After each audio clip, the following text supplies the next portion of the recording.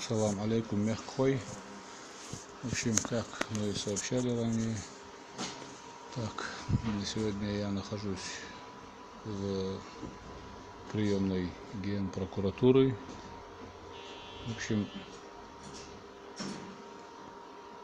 ставлю их в известность о том, что происходит в Республике Ингушетия. То, что набедокурили депутаты, и просим принять соответствующие решения. 3 человека подписавшиеся. В общем, это обращение, то есть письмо мы пускаем в ящик. Все это зафиксировано. Так, вот телефон, по которому можно будет через несколько дней позвонить и спросить судьбу этого обращения. Такая работа у нас ведется в то время, когда в Ингушетии самой происходят события,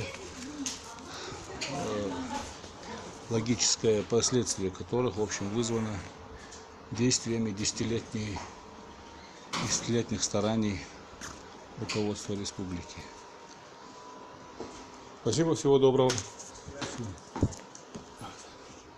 Есть убедительная просьба наших московских, в общем, земляков, представителей землячества, людей, которые сведущие во многих вопросах, которые не всегда проявляются, может быть, но они есть.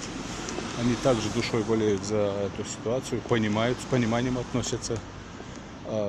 И не только они относятся с пониманием, видя, как в высшей степени благородно ведут себя люди, вышедшие, казалось бы, на протест, с протестным лозунгом против принятого решения кулуарно, против действий главы, против самого главы, который совершенно уже утратил не только личный свой авторитет и авторитет региональной власти в целом, но уже и